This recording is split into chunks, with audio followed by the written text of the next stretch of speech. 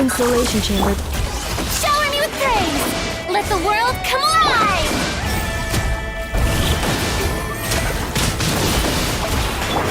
Let's fly!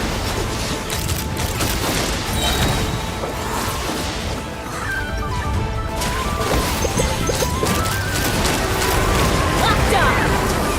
Hold on to your hats.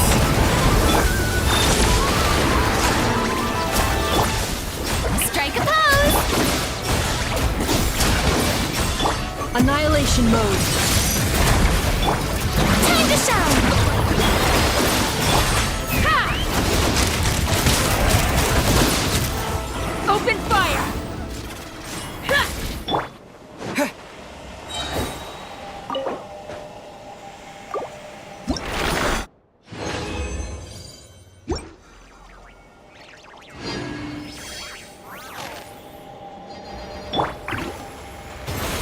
Defensive mode engaged. Shower me with praise! Take me up! Locked on! Knock him down. Bullseye! Let the world come alive! Cleanup sequence initiated. Preparing for dust up. Yoo-hoo!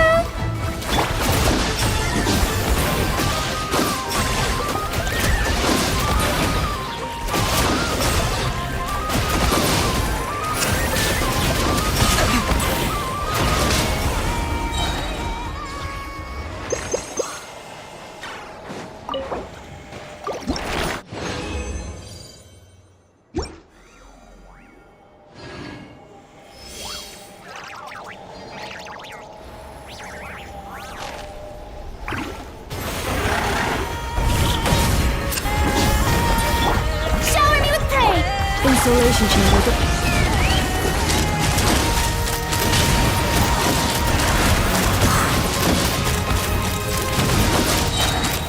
Hold on to your hats.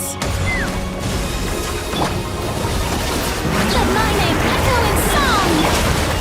Cleanup sequence initiated. Ha!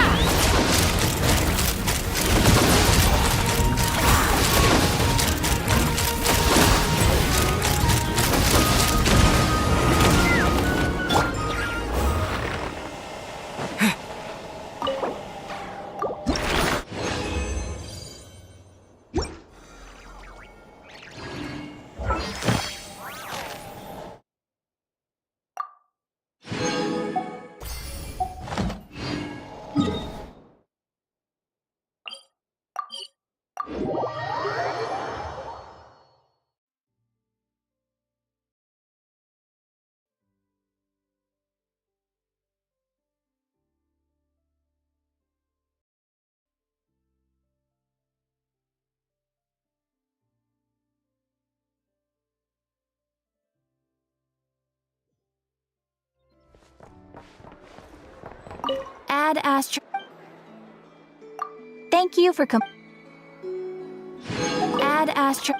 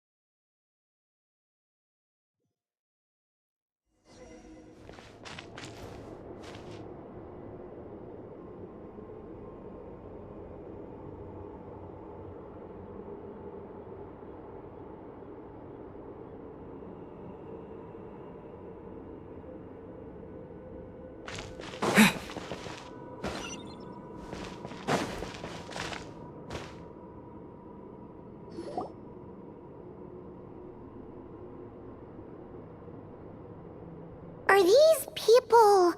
Judging by their clothes, they appear to be phantom Hyperboreans from the distant past. That could mean they have some clues about the moon goddess's name, right?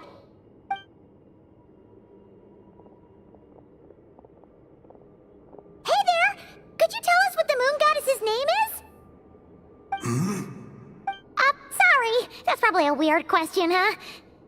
How do we explain this? The moons are long gone, and their goddesses are dead. Their names no longer mean anything. When a new moon goddess is born, we will surely know her name. We have used every last resource at our disposal.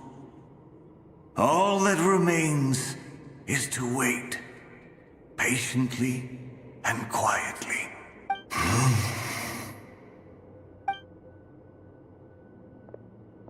Were the people of the past all this devout? It looks like this phantom doesn't intend to converse with us any further. Surely the new moon goddess he speaks of must be Columbina. Alas, Kuthar's birth came long after the age in which he lived. But, maybe if we find a phantom from a more recent age, they might know Columbina's real name. True. Keep an eye out. We should be able to tell which era they're from by the clothes they wear. Yeah, you've been pretty talkative this whole time. What changed? Oh, nothing. I'm fine. You all make good points. When the Hyperboreans speak of moon goddesses, they mean the three from truly ancient times. I can't imagine they would know anything about our current moon goddess. There once was a time when the moon goddesses blessed them greatly and protected them from harm. So, when the war between the gods and dragons plunged the world into chaos, it seems they looked once more to the moons for help, praying for a new goddess to be born. Yeah, that checks out. Let's continue on. Who knows what else we may discover?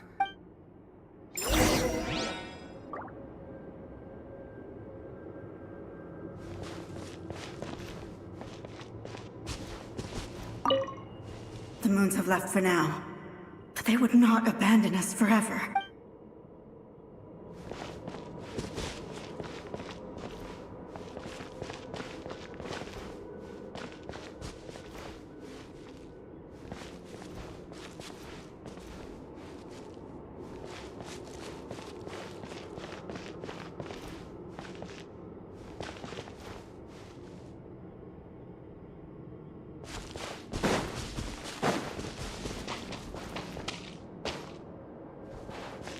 There's a door blocking this path!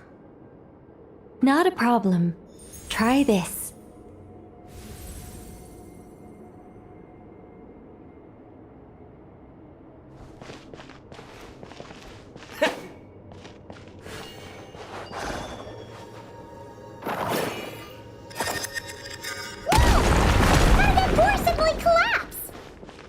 This device was maintaining the door's integrity. Remove the core, and the device stops working. Is this our destination? Impressive. More precisely, this is a device that will help us reach our destination. Let's go. We still have a long distance to cover.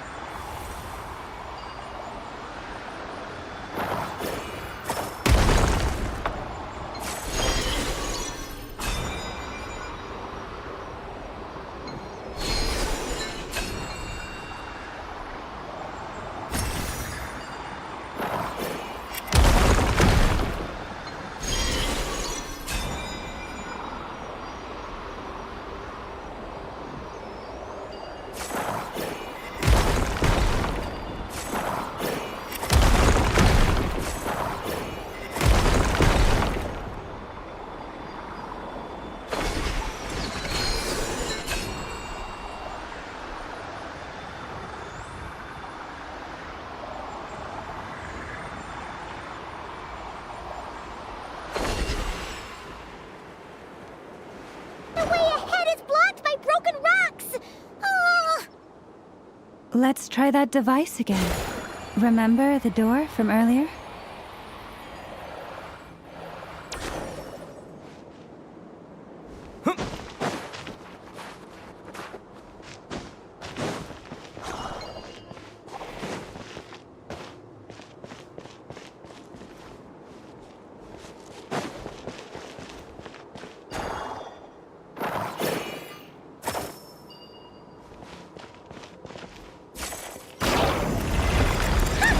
It works in reverse, too!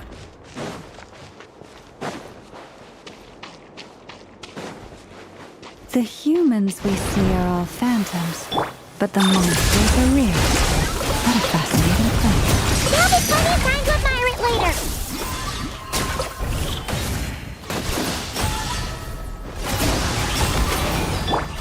Yoo-hoo! Knock 'em down. Let's ride!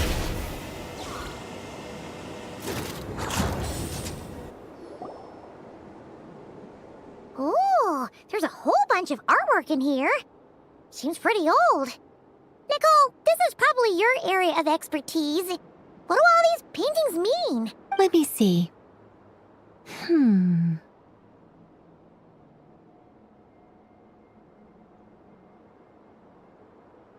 To understand these murals requires some knowledge of the history surrounding the War of Funerary Flame.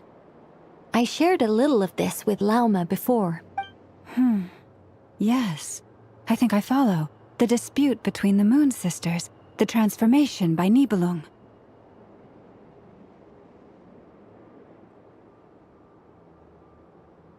Oh no, it's no trouble. I'd be delighted to share the tale again. Alright then. Tevat's 3 moons and their goddesses were brought into being by the will of Nibelung, the then ruler of Tevat. But when the heavenly principles came, they changed the world completely, down to its very foundations. The moon goddesses were nowhere near strong enough to challenge this entity. But the heavenly principles did not view them as heretical entities that had to be removed. Essentially, the 3 moons existed to keep this planet alive and operational, which did not directly conflict with the heavenly principles' aims. Nevertheless, the inherent precariousness of this arrangement would soon be revealed. Nibelung returned. Yes. He did, and thus began the War of Funerary Flame, a battle for dominance between Nibelung and the heavenly principles. Discord would soon emerge between the 3 moon sisters. One would voice the opinion that they should follow Nibelung, for it was he who first hung the moons in the sky. Another would argue that taking sides in the conflict would only bring the world closer to ruin. There was no telling where it would lead, especially since their creator had returned, bearing the perilous power of the abyss. Nibelung would eventually discover their disloyalty. He had all 3 imprisoned before transforming the moons into weapons with which to fight against the heavenly principles. What? Weapons?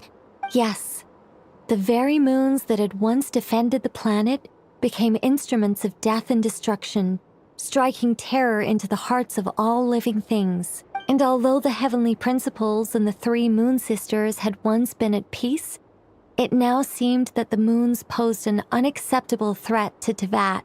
It is possible that the heavenly principles did not know of the goddess's imprisonment. If so, the weaponization of the moons would surely have been viewed as an intentional breach of the peace agreement. Regardless of who knew what, when, the heavenly principles shattered two moons and flung the other beyond the skies. Whether the goddesses managed to escape Nibelung's captivity after his fall, nobody knows. But this much is certain. From that day on, the moons no longer belonged to Teyvat. The rejections slowly drained their power until eventually they passed away. So that's the full story. You say the moon ceased belonging to Teyvat from then on. Why then would Columbina be born here? That is perhaps due to the lingering connection between the Frost Moon, which was not shattered, and this world. You could see it as the three sisters' dying wish. They never desired war. All they ever wished for was to protect this land.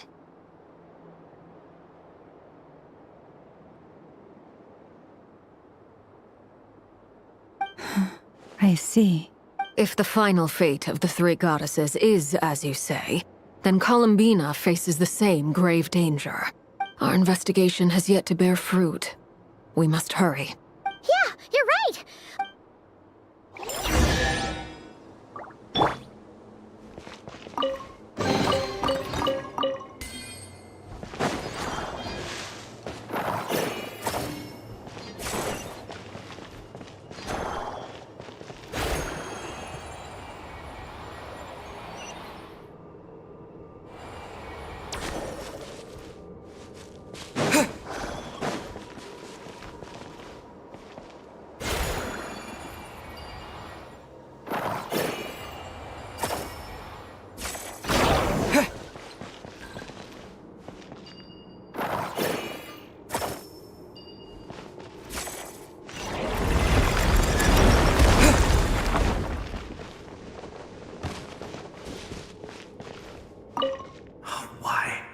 Why do the creators of this world no longer show mercy upon their people?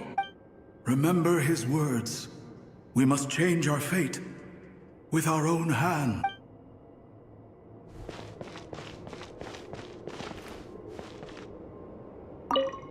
Should we trust him to keep his promise? We have to. There's nothing else we can do. Wait, that's odd. Who is he? Is something wrong? No, not really. It's just that over 30 possibilities emerged in my head, so I can't be sure who he is. It's been too long. My memory isn't as sharp as it once was. Okay. 30! Wow! Impressive!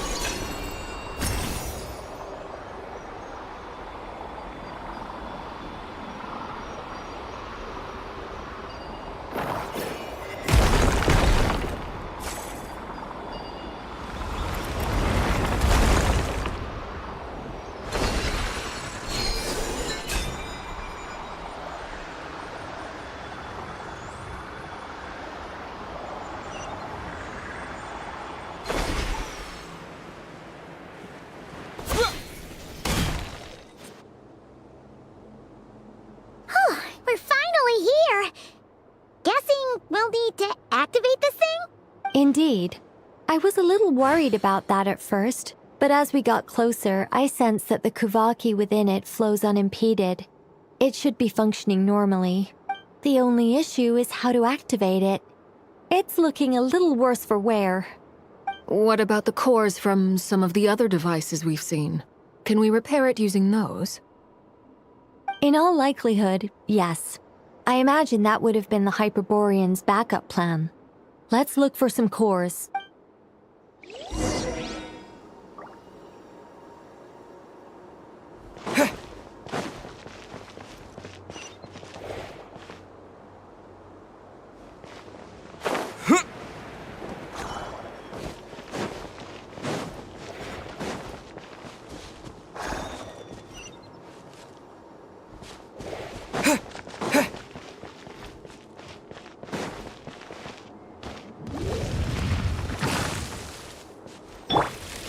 Warning, core temperature rising.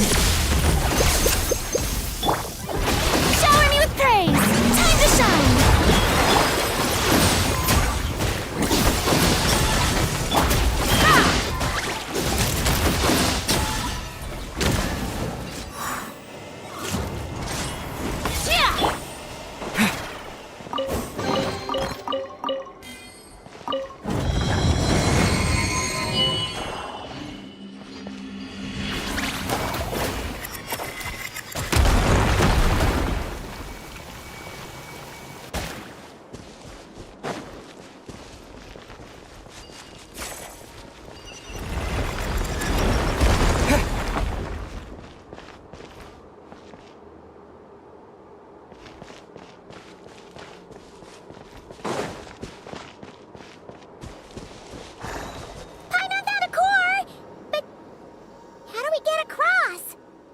Walk up, then jump down.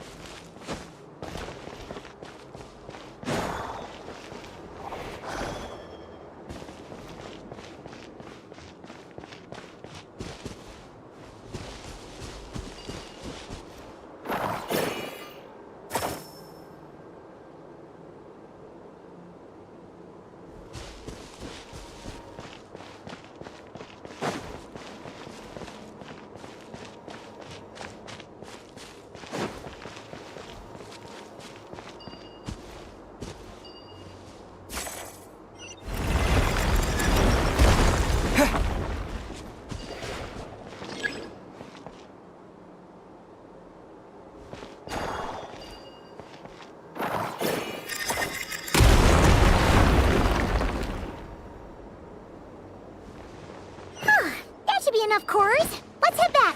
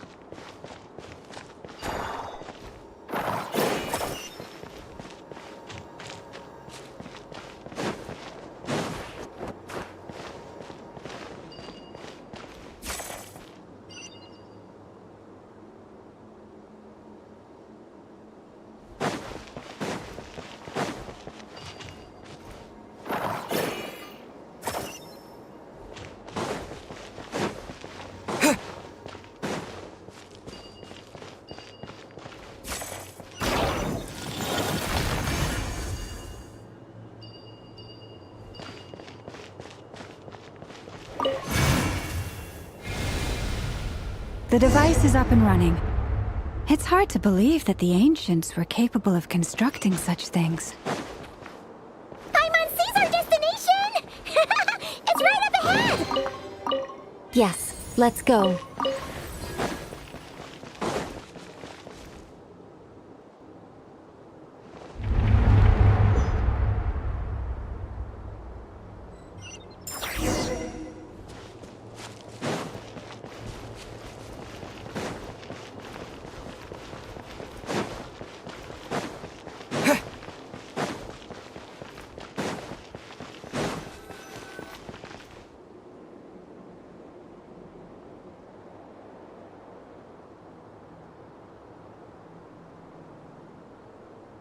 This is where the people of Hyperborea communicated with the moons. We need only place the moon marrow upon this platform on Moon Prayer Night, and we shall be able to open a portal to the moon and send our moon goddess back home. The assumption being, of course, that we can find her first.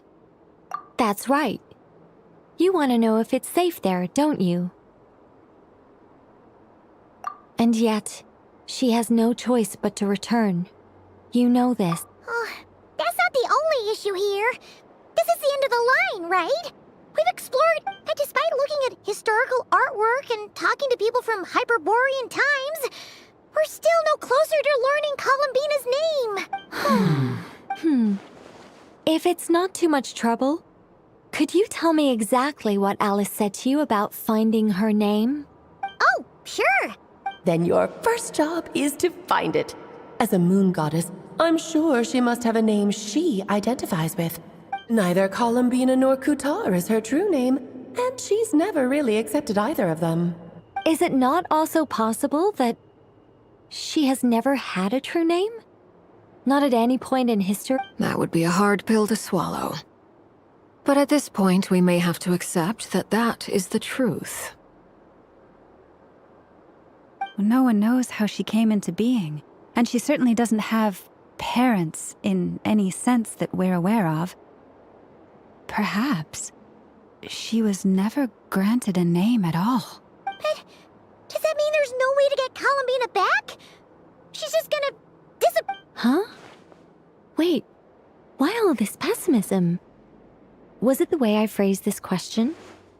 You all seem to be taking this in, well, just because she's never had a real name in the past doesn't mean she can't have one now. What? Think about what Alice said again.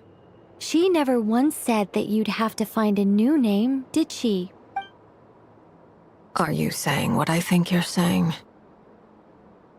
Yes. Names are anchors that connect us to the world.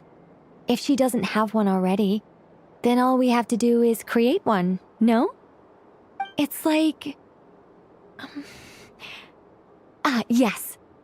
Traveler, when you first arrived in Teyvat, do you think you would have turned around if someone behind you shouted, "Hey, Tumaini"? But what about now? I understand what you mean. Life is a long journey. Even the friends and family by our side can change over time. When people call you by different names, what matters isn't so much the words themselves, but what they symbolize, and of course, whether that resonates with you. Lumine. So, close your eyes and picture the moon goddess in your mind. If you were to call out to her in this moment, what would you say? Columbina. Columbina. Paimon would call her Columbina too.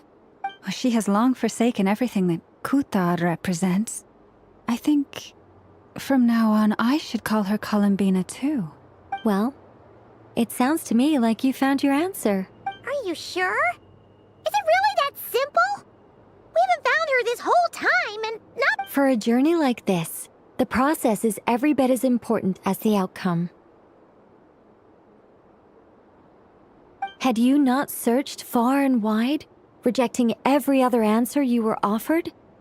How could you have come to an answer you felt was finally correct? Oh, it all makes sense now. This has Alice's fingerprints all over it.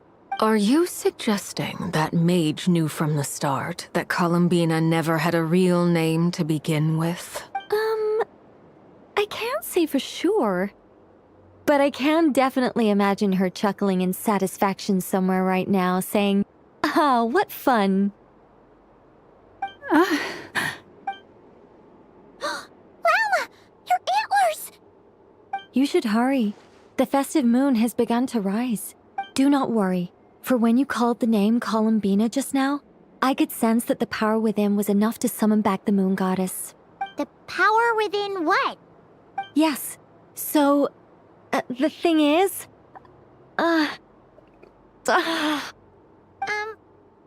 This is so annoying. I really want to explain how that whole thing works. Starting from the founding principles of Tevat and... Oh, I could talk about this for hours. But... Deep breaths, Nicole. Deep breaths. You're an angel. A sober, sensible, solemn angel who has her priorities straight. Okay then. Sorry for asking. Clearly a bad call on Paimon's part. Anyway, you all need to hurry. Last thing, remember how it felt when you called out that name? Then it is agreed. By the name Columbina, we shall find her. Then we'll throw her the best moon... And at last, we...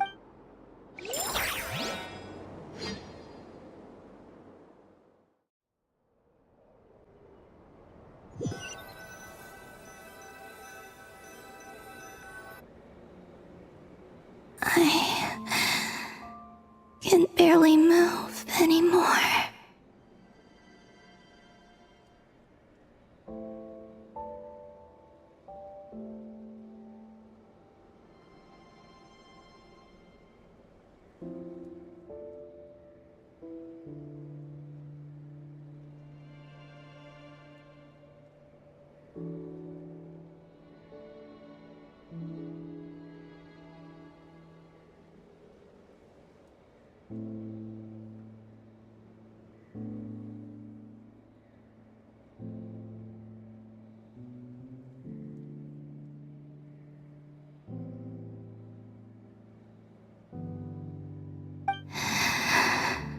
My consciousness is fading away. Have they come back out? I'd love to see them one more time.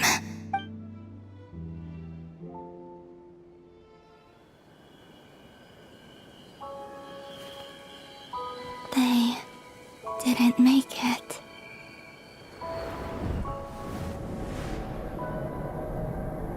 Could you tell me your name? My name is... Columbina!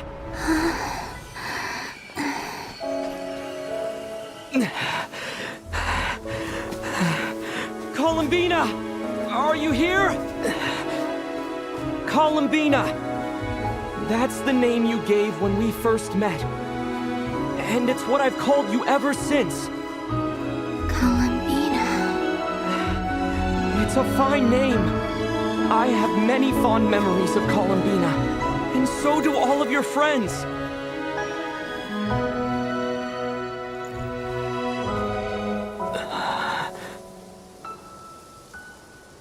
If you like this name...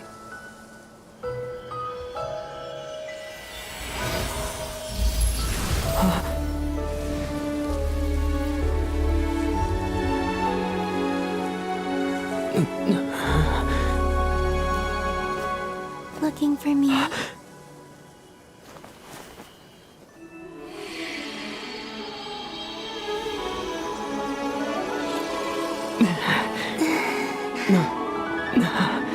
like it. You can carry on using it. My name is... Columbina Hyposelenia.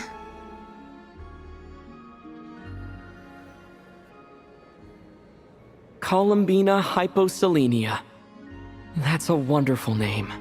I never thought that Columbina would become my real name. But After I met you and my other friends, the things that this name stood for slowly began to change. It went from being a Fatui code name to something my friends call me.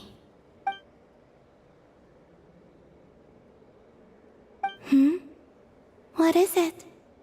Why aren't you saying anything? I'm just so happy for you. Thank you. So, where's everyone else? We can go and meet them very soon. Everyone went to different places to try calling your name. Great. I'd like to thank them as well. Everyone's done so much for me. Searching for my name, entering those ancient ruins. Huh? Wait, so you were... Yes, I was there. Not physically, but my consciousness was still holding on. I followed you the whole way. Starting from when? You turned around and called out my name while you were in Nasha Town. Do you remember?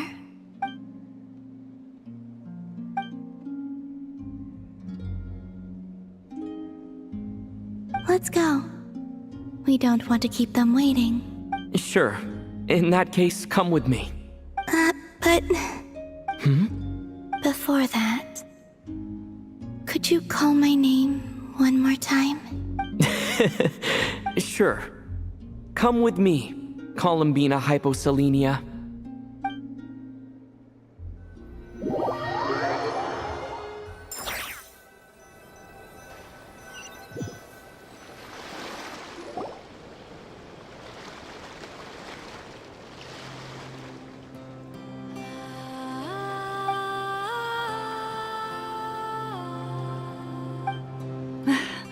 Columbina!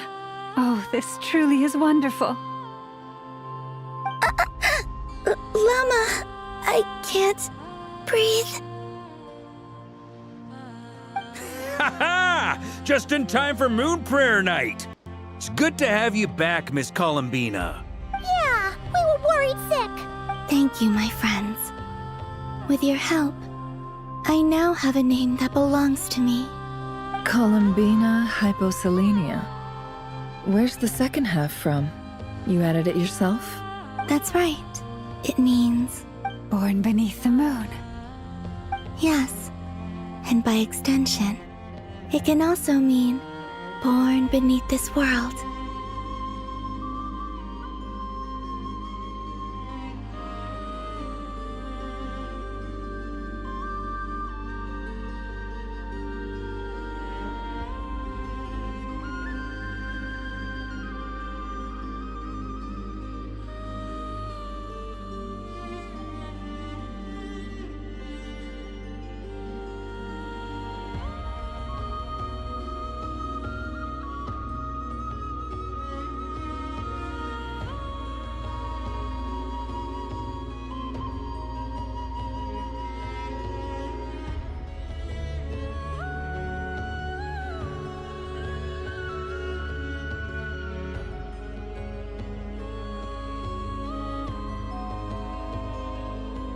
A fine name.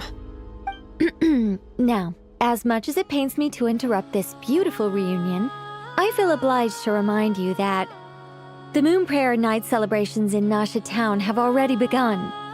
Don't you want to enjoy the festivities? There's so much to see and do. And some of the ambient lighting and entertainments were sponsored by the kind souls in the Hexen Circle. Nicole? Why have you turned into Dodoko? So you're Miss Nicole. Thank you for helping us, and for helping me find my name. It's nice to finally hear your voice. You're quite welcome. Guiding lost people to hidden treasure is what we Seelie do. And if you ask me, spiritual treasures are far more precious than material ones. Chests are all well and good, but this was what it's all about. Ah, so satisfying. Anyway, I had to go help Alice. It seems like she ran into some trouble. That's why I couldn't be here in person. But don't worry, we're with you in spirit. We'll be celebrating right along with you. Keep an eye out for the Hexenzirkel's festive stalls in Nasha Town. I think you'll like what we came up with. Alice said she even managed to rope B in this time. The Frost Moon Scions have also prepared various attractions. I believe Aino, Ineffa, and their crew are setting things up as we speak. On that note, Nefer, about that request I made. It's all in hand. Yehoda is on site to ensure that everything goes off without a hitch. Wonderful. In that case, Traveler? Huh? Come on, Columbina. It's time to celebrate the best Moon Prayer Night ever.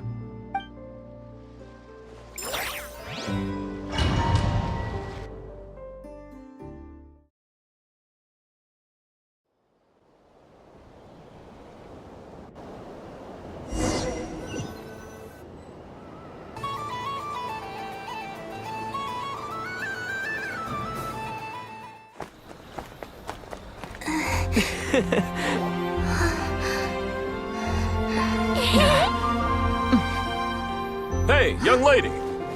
Would you like some Moon Prayer Night candy? Happy Moon Prayer Night. Oh, yeah. I almost forgot to say. Welcome home, Moon Goddess.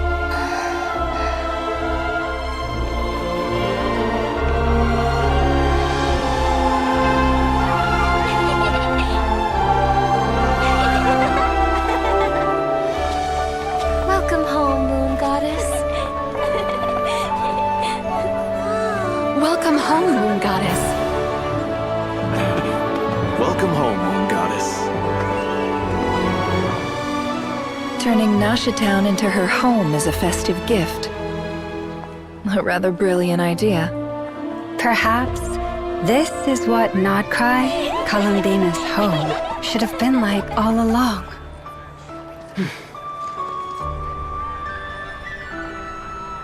Thank you for the gift. I like it a lot.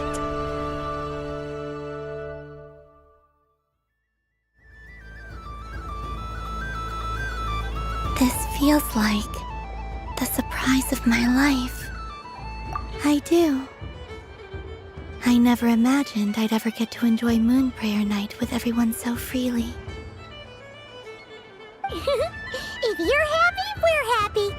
Quite a strategy you came up with. Hide the tree in the forest.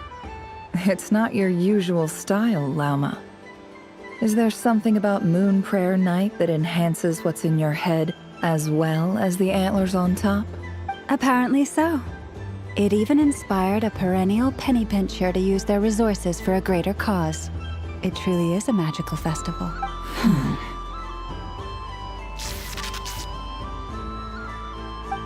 I see it now.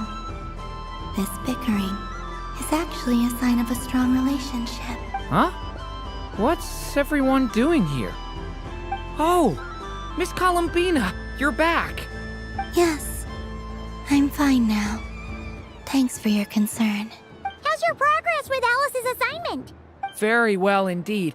I've never heard her sound so excited. Not like this. This time her excitement seems more serious. Seems like she's had a major breakthrough. She said she'll contact us once she knows more. In the meantime, we're free to relax and have some fun. Enjoy the time off while it lasts. I have a feeling that our next task won't be so simple.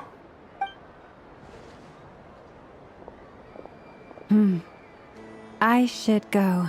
I still have a few things to attend to at the Frost Moon Scion stall.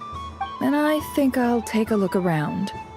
With any luck, this once-in-a-year festival will come with once-in-a-year opportunities. Hold up a second. I believe he made a beeline for the flagship the moment he entered Nasha Town. Ah, that's Mondstadters for you. They know what they want when festivals roll around. Goodbye for now, Columbina.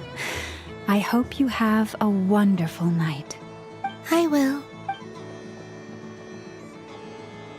Well, in that case, don't just stand there. Get out there and have some fun. You'll definitely... Oh, also, take this map with...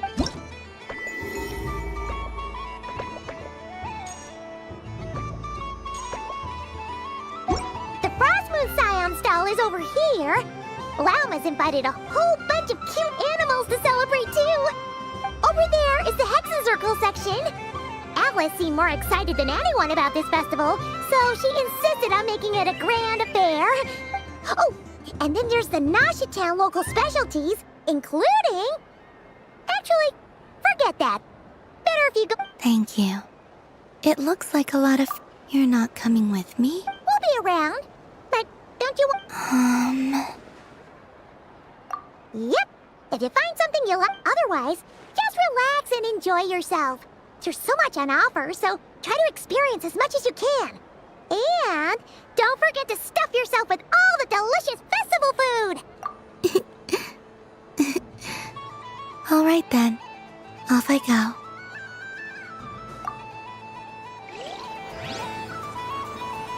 Where should I go first? So this is the frost... This must be the mage's stall. It feels like I've entered a fairy tale. Ah, how lovely.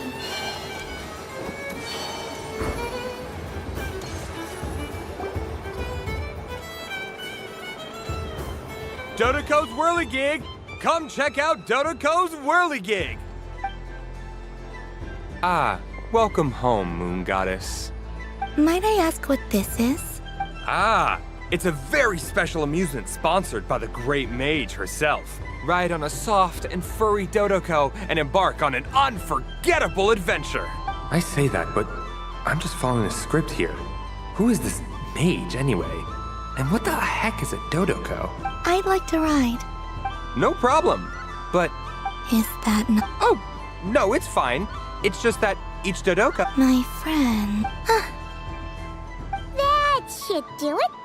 Now, we just need to get everyone else to draw something, but we gotta keep...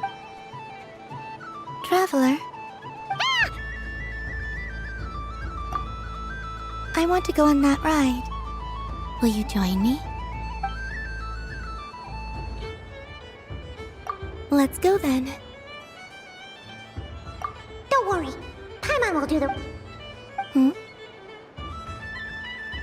All right. Please take your seats. First... All right, you're all set.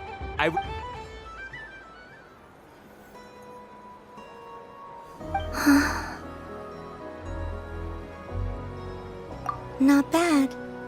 It reminds me of riding a moon lane. Sometimes, the Kuhenki circle around me like this, playing their beautiful melodies. Yeah. I'm going to miss them.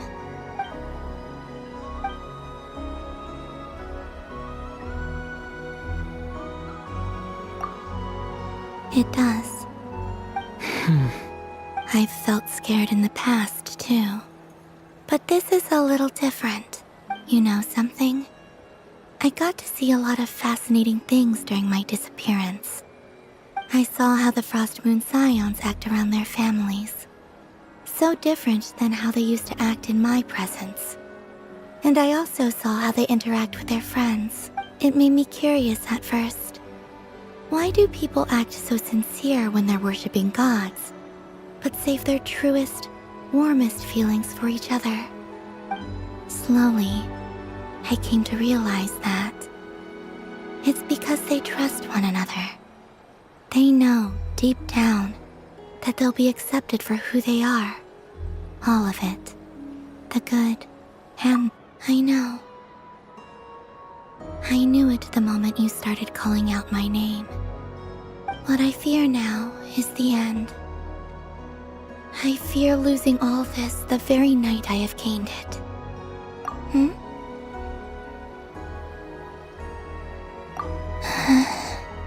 Thank you for this conversation. Thank you for listening to me. Don't worry. This fear I have, and the unknown that awaits me, they cannot hurt me. Not when I possess a treasure far greater.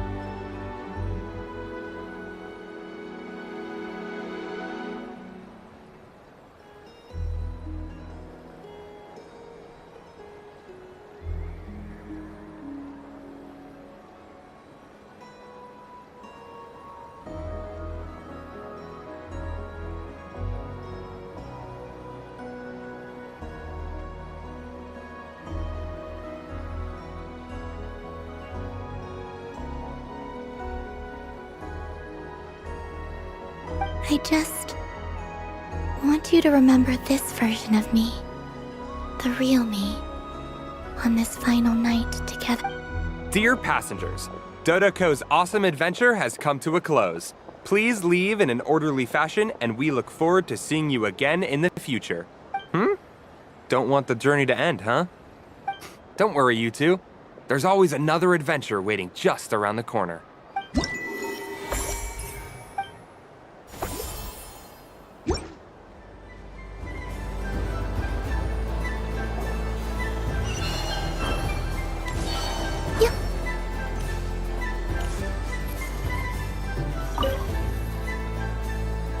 Welcome home, Moon Goddess. Oh, you're the genuine article. Alice was right. This moon prayer night was worth watching after all. Another one that talks. Greetings. Pleased to make your acquaintance. I am the Hexenzirkel member they call B. Barbeloth Trismegistus. Columbina Hyposelenia. Pleased to meet you too. Hyposelenia. A fine name indeed. Now then, Miss Columbina. Divination. The Frost Moon Scions used to ask me what would happen in the future. Is this like that?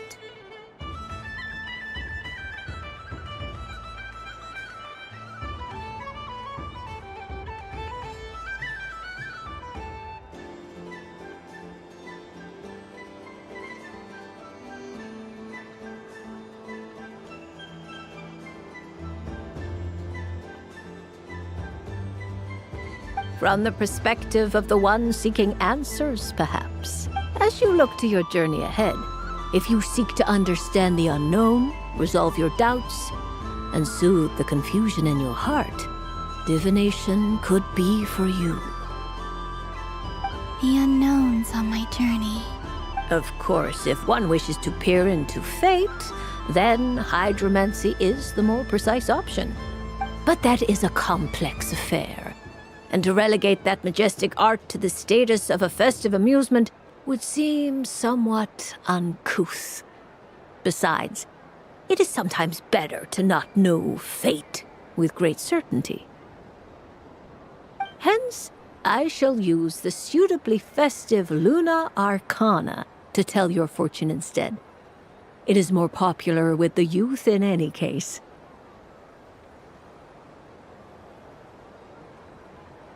Lunar Arcana. Indeed.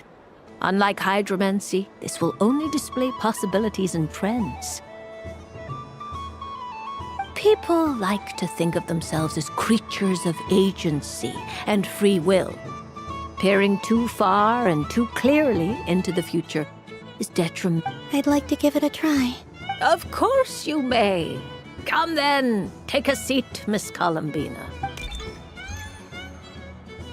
Before we begin, are there any specific questions you would like to ask?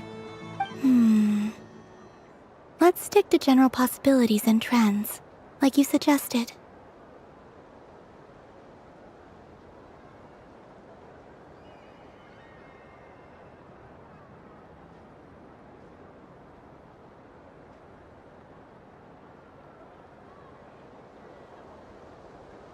Ah, very well. Then I shall use the basic Lunar Arcana deck. Now, try to relax. Cast your mind upon the things you have experienced and the things you are soon to experience. I will shuffle the deck. Would you like to cut the cards yourself? You do it. No problem. Now then, to make things easier for the seeker, that is to say, you, I shall decipher the cards from your perspective.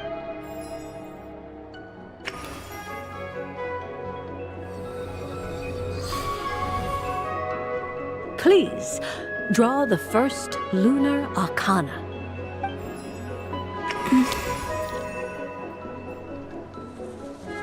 Now, draw your second card. This will stand for the past, the sum of all your experiences that have come before.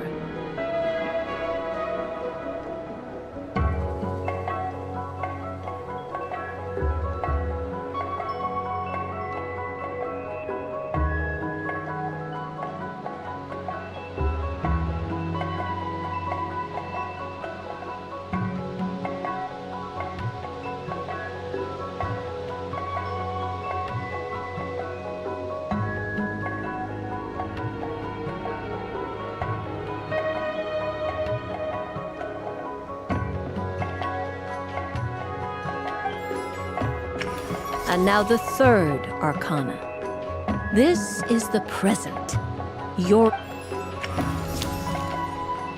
Finally, the last card.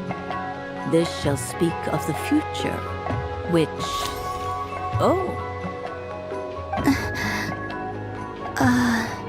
Kuvaki Pulse? Fascinating. I've never encountered this before in my role as a diviner. Something has exerted an influence upon this card, causing it to leave its designated position. What do you make of this, Miss Columbina? Perhaps this is the guiding hand of fate in action. Of course, if you wish, you can choose to deny the validity of this card and draw the future for yourself. No, it's fine. Let's go with this one. A bold decision. I must say Well then, let us flip the lunar arcana in sequence. Sure. First, Destiny. No surprises here. The card that represents yours is the moon. The moon. Indeed. The moon can represent the truth at some times, but deception at others.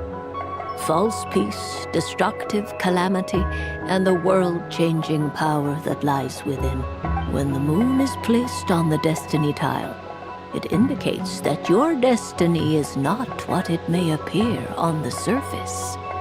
Instead, it may yet have a hidden side. It symbolizes a journey through the fog, fraught with uncertainty and deception, where one must face inner challenges head-on. I don't understand. Patience, my dear. This is but the first card, which serves as a basis for the interpretations that follow. Our divination will only grow clearer from here on out. Now then, flip the second card.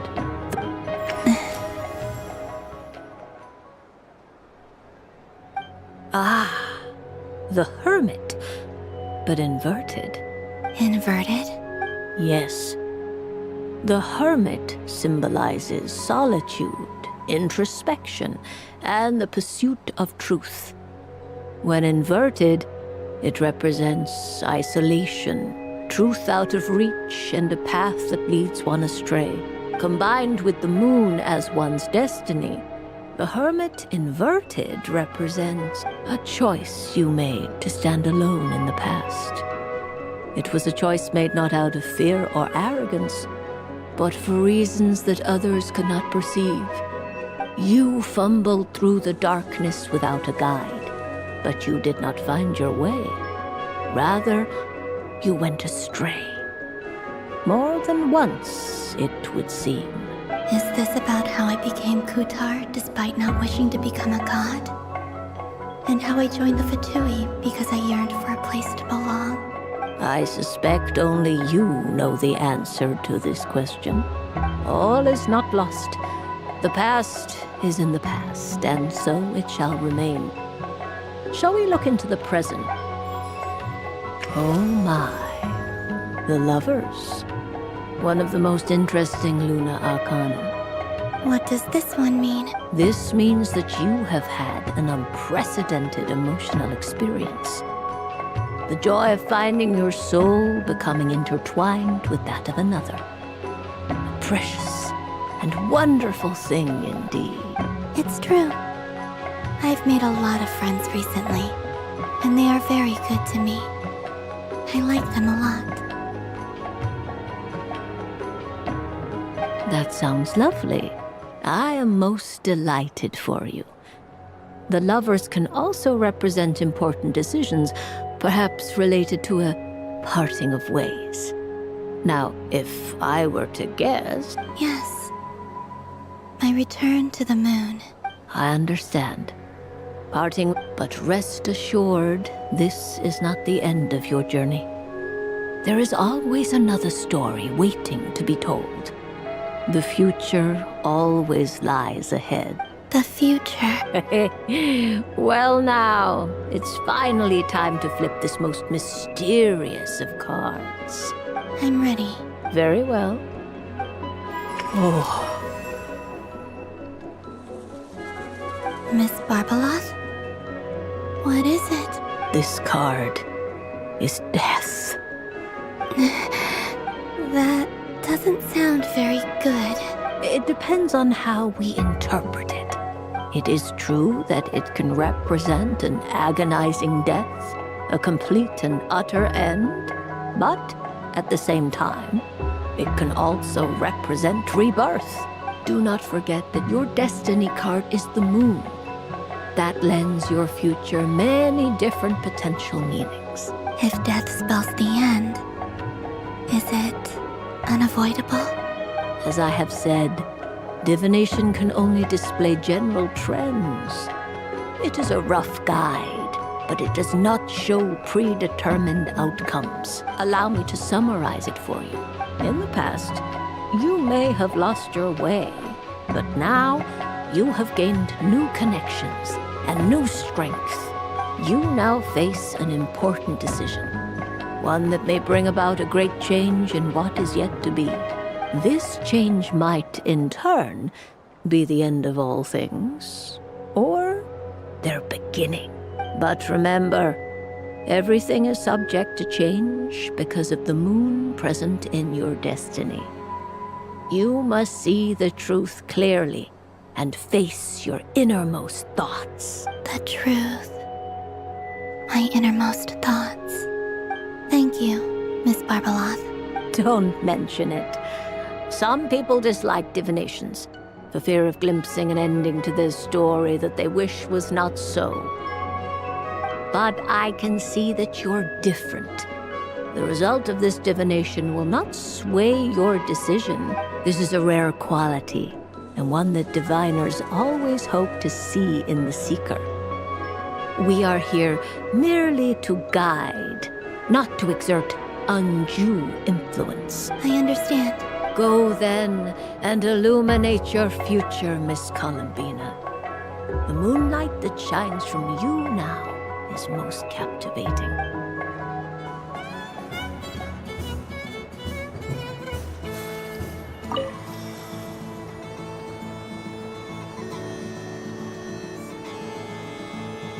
I wouldn't say it's unfair, exactly. I mean, your voice goes right into people's heads. How would you explain that to the kids? You can't just explain it away as magic. Is something the matter? Ah, Miss Columbina! No, nothing you need to worry yourself about. Ah, impeccable timing. Stick around for a second, Miss Columbina. I need your input on something. This self-proclaimed Knight of Justice has yet to give me a satisfactory answer. I, for one, would like to hear your verdict on the matter. Hey, now, I left the flagship just to help you out, Miss Nicole. What's going on? So Alice and I are both using long-range remote control spells that work on similar principles, allowing us to attend this festive fair in Dodoco form. Sorry, let me backtrack a little. While similar, there are some key differences. Alice, being a great mage, wanted her Dodoco to reflect something of her own charm and mystique. So she adjusted the way its tail moves when it spins around. An entirely gratuitous move, in my opinion.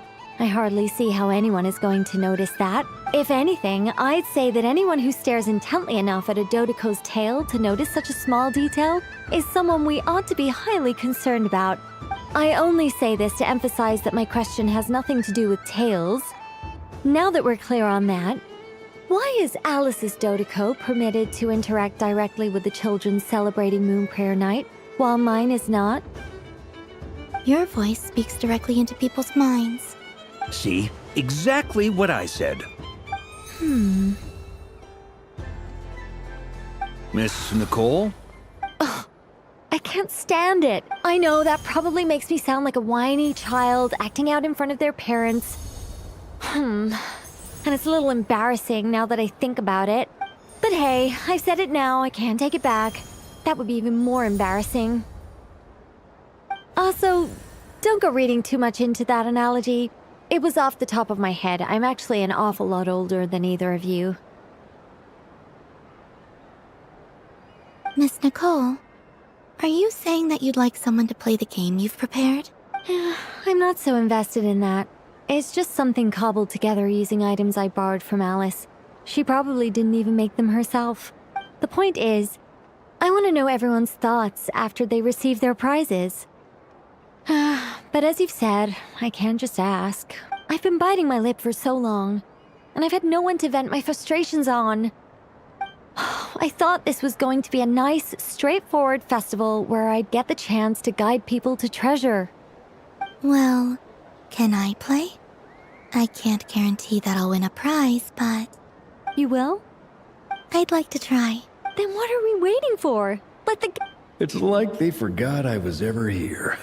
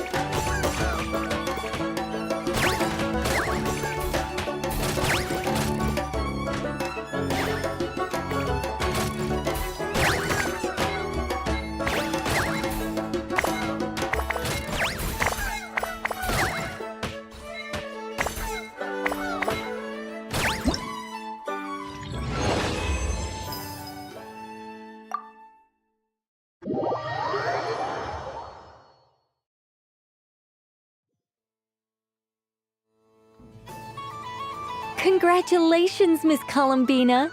With your great wisdom, you have overcome every obstacle in your path. And fate? Well, something to that effect. You could even go with the challenge posed to you by Dodoko, if that's what you're into. Anyway, you can take or leave my suggestions. Moving on. All my hopes are now resting on this. Can I open it now? Stop teasing me! Please, I'm begging you. No more talk, just... Wow. What a lovely sculpture. Classic and cute at the same time. There, you have my sincerest gratitude, Miss Columbina. Thank you for sharing your precious time with me and fulfilling my wish. Don't mention it. You've all done much to help me. And still, I'm the one receiving all these gifts.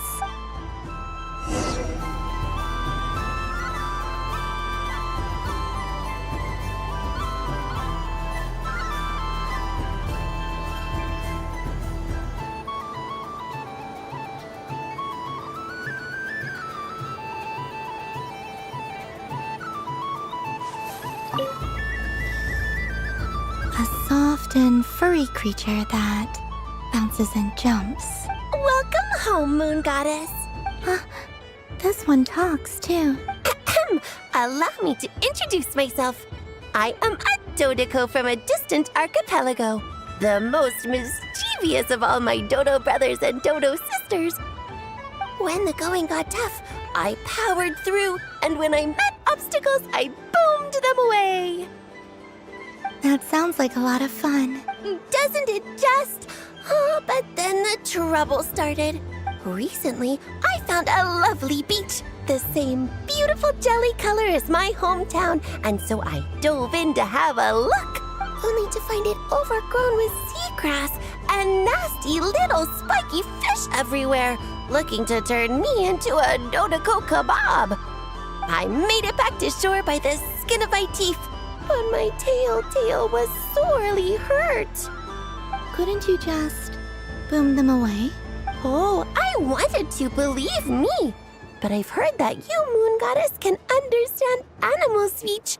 The last thing I wanted was to cause a gigantic fuss and get taken to court by a school of spiky fish.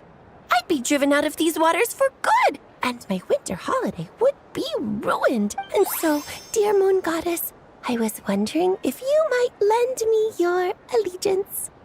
Are you roping me into a crime? Oh, let's call it a once-in-a-lifetime carefree adventure. Does that sound better? All the festival goers tonight are dressed up as the Moon Goddess, but there's nothing to say that the Moon Goddess can't disguise herself as a Nod-Krai, is there? Besides, this is your home. You should be free to be whoever you wish. I'm afraid I'm not well acquainted with Nod-Krais, Madam Mage. Oh, that's quite all right. We Nod-Krais are innocent, happy creatures with a free-spirited nature. Many, like myself, are mischievous troublemakers. Others are lazy souls who like nothing better than to lie down on a nice rock and take a nap. In our eyes, every creature who yearns for happiness and freedom is a Nod-Krai. But perhaps in yours, we Nod-Krai are a fluffier and more mischievous breed of Kuhenki. Yes, that is a much easier image to follow. Oh, wonderful! Then let's play! Grab onto my tail and follow me into the sea! Time to settle some scores with the bad guys!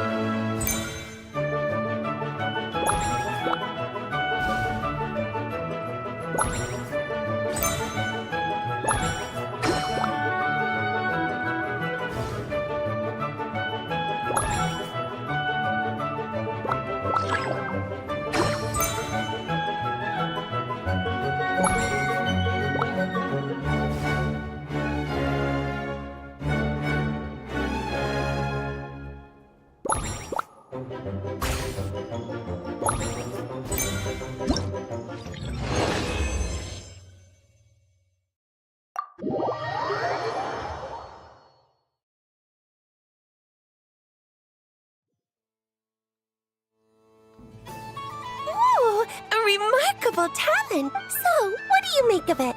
The use of Jumpy Dumpties doesn't come as naturally to me as Kuvaki. But their unpredictability makes it fun. I think they call this... novelty? Indeed! And how did it feel blowing those pesky nuisances away? Not bad. Any guilt? What do you mean? Oh, wonderful! Lovely answers to all 3 questions. You've passed the safety test. Now I can give this special bomb to you as a souvenir. Remember, if you find any meanies living on the moon, you can use this to boom them into oblivion! I will.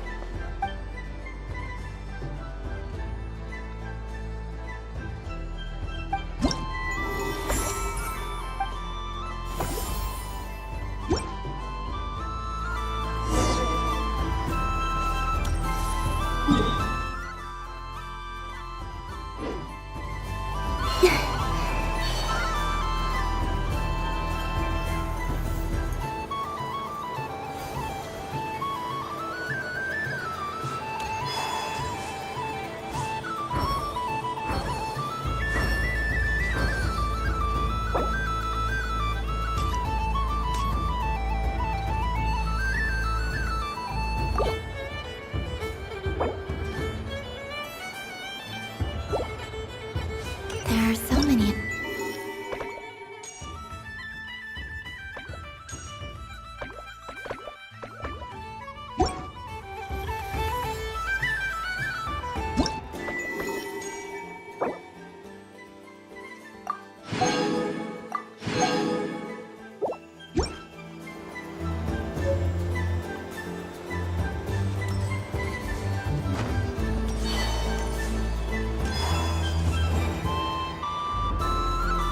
Moon Prayer! Candy? To share? Welcome home, Moon Goddess. Sure. I knew you would. Now what? I'm not sure. Is this for yourself or as a gift? A gift for my friend. Ah, I see. Do you have nocturnal blossom flavor? Huh. I've seen couples give those as gifts before, but I did not know they were edible. No? Okay then. Moonfall silver? You did say this was for friends, right? Maybe smetana then.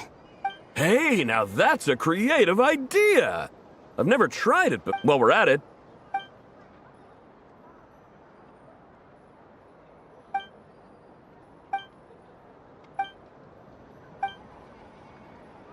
Here you go.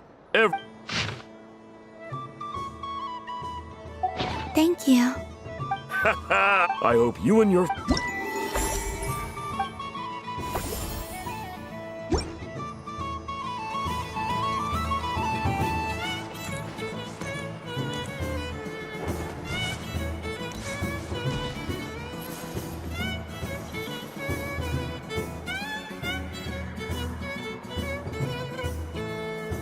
Well, well, look who it is.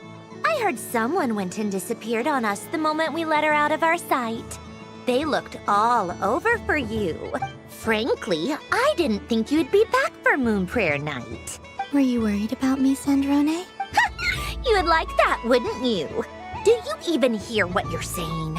It seems to me like you disguised yourself with festive headgear, just so that you could come see me on Moon Prayer Night and make sure I'm okay. You didn't even bring Polonia with you.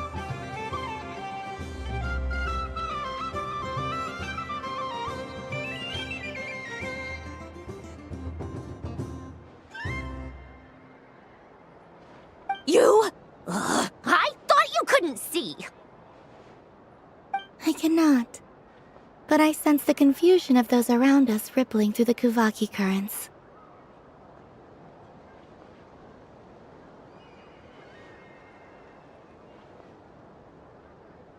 Based on what I know about you, let me guess what you're wearing. Is it cat ears? Shut up! I'm only here to protect the Fatui's interest in this territory. Running into you was pure bad luck. Really? But you were the one who asked Arlecchino to help everyone find my name. Columbina! Ugh! Just one more word, and I'll unscrew your vocal cords. It's Columbina hyposelenia now. Tell someone who cares.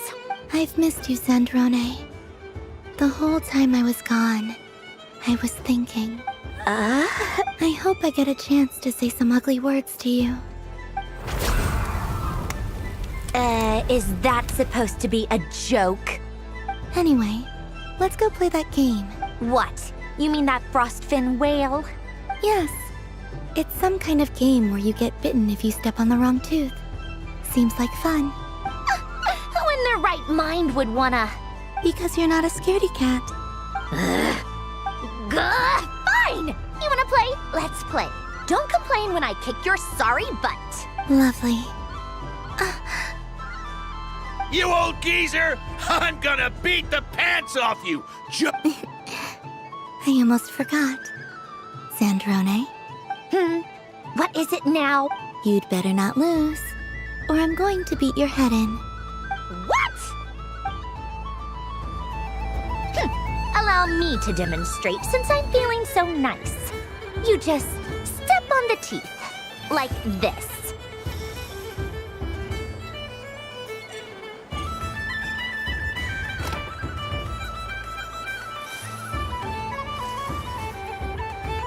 Which should I pick? I'm getting a... Your turn, Sandrone.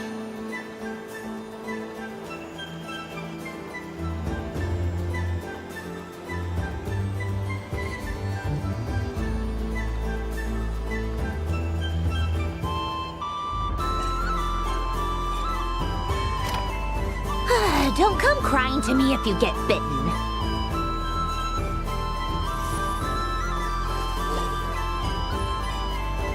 There are less and less teeth remaining.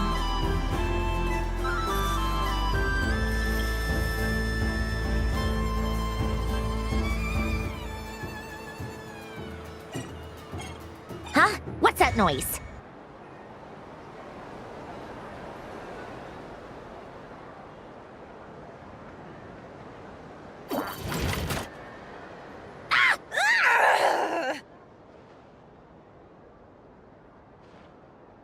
I think you might have picked a bad tooth, Sandrone. Shut it! Do you need any help? It seems like you're stuck. It's just a blasted... toy! Stop laughing! All right. Hiya! Why, you... Oh, just you wait! Rematch! Are you all right, Sandrone? That was quite a strong bite. Are your clockwork parts?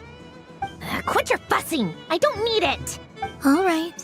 I'll go first this time.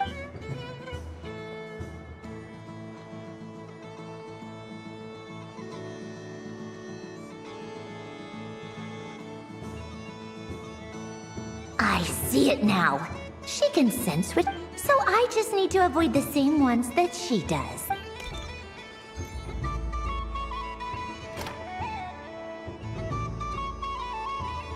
This one. She avoided that one then? All right.